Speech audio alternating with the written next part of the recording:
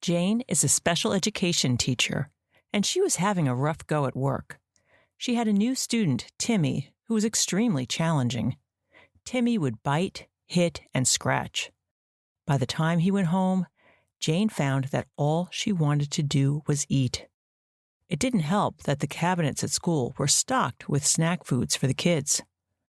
"I am doing some major damage with the amount of food I'm taking in," said Jane.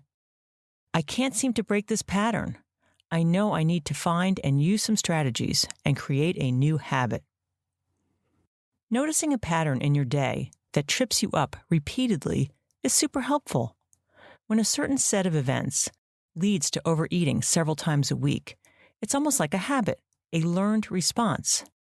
So how do we take that knowledge and build a new pattern? How do we form a new habit?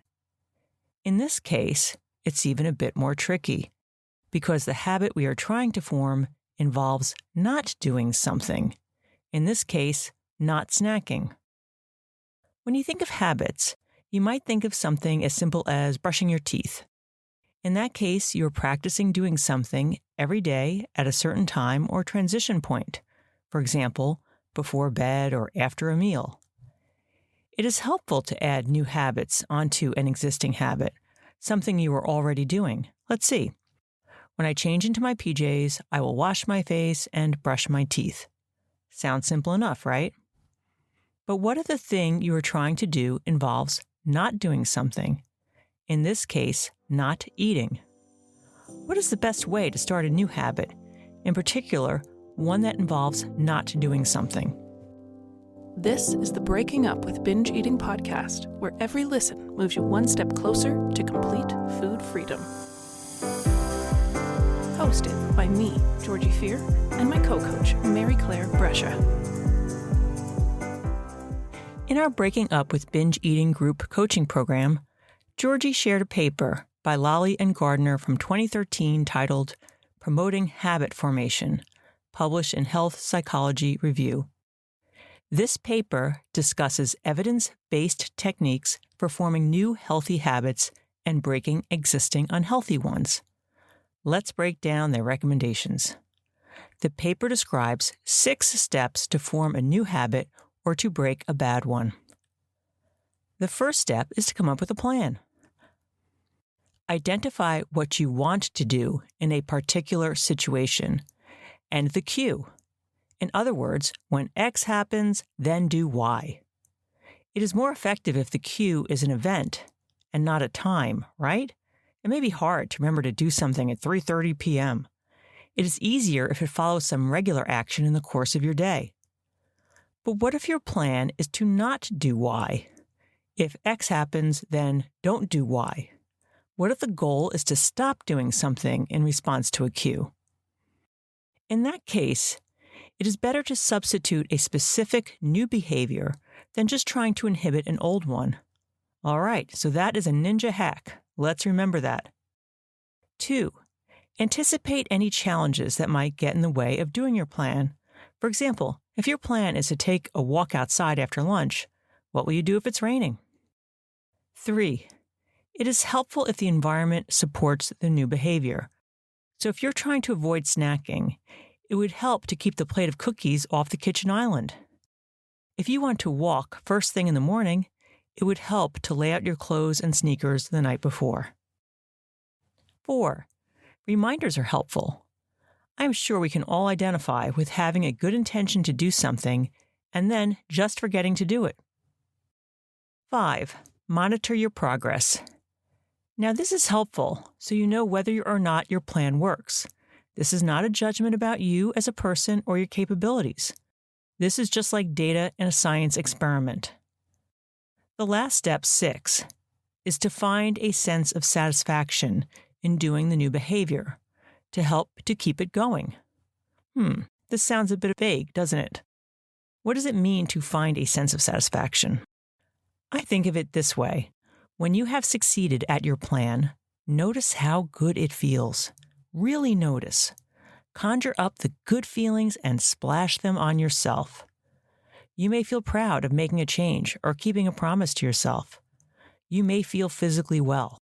Emphasize those thoughts and feelings. Make splashing the good feeling part of your plan.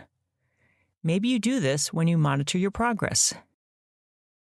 What struck me with this list, these 6 points, is that it hit all the major aspects and really sets you up for the win. Sometimes we think we should just try harder. If trying harder worked, we would all have kicked our bad habits by now. I don't think there is a lack of trying going on for most of us. It is a lack of succeeding. This list brings out the big guns. Old unwanted habits are about to be obliterated. It is more about how do we effectively try. Let's take Jane's example of stress eating at school in the afternoon and apply these steps. Step 1 was to come up with a plan. When X, do Y. In this case, the Q or X is the afternoon break after Timmy has left for the day. Now the plan is to not eat the snacks. Whoops. Okay, we see a problem right there. The plan is not to do something. In this case, the paper recommends that a new behavior be substituted. Jane decided that she would sit down as soon as the kids leave and take a break. She would sit at the table, do some coloring, and have a cup of black tea. Great. The next step would be to identify what might get in the way. There weren't many obstacles to this plan. There is potential that Jane's own thoughts might get in the way. She might tell herself that she doesn't need to take a break. She might tell herself that she doesn't care and she's going to eat the snacks anyway. These are what we call sabotaging thoughts. Writing them down and coming up with helpful responses is a great idea. If she could change her environment, that may make it easier. For example, she could be sure the kids' snacks are put away in the cabinet out of sight. When she takes her break, she could sit in a room different from the one with the snacks. Next, she might forget to take these steps. After the kids leave, she might decide to tidy up the classroom instead and forget about her plan. So we could add a reminder. For example, Jane could send a scheduled text to herself at the start of break reminding her of her plan. As for monitoring her progress, Jane decided to keep a journal where she writes a few lines each day about what went well and what didn't. She also planned to conjure up good feelings whenever the plan worked. She would write those feelings down in her journal. As you can see, there are a lot of moving parts to this. Are we planning a trip to Mars? Do we really need 6 steps? I say, heck yeah, we do. If this stuff was easy, there would be no weight loss industry. Trying harder is not the answer. So why not give ourselves the best chance of success? So, my challenge to you is to identify something you're struggling with. Maybe it's overeating at dinner. Maybe it's getting into the treats in the afternoon. Maybe it's not planning your meals and just grazing. Then, get out a piece of paper and go through the steps. Step 1. Make an implementation plan. If X, then Y. X is your cue. Write down what you want to do and when. Check that Y, or your plan, is an action step. It should be a substituted behavior, not just refraining from something unwanted. 2. Identify any challenges that might get in the way of your plan. Take them into consideration. Remember, it may be your own thoughts that get in the way. 3. Set up reminders to implement your new plan. Perhaps use your phone. 4. Can you modify your environment to support the new behavior? 5. Monitor your progress to help troubleshoot and to keep focus. 6.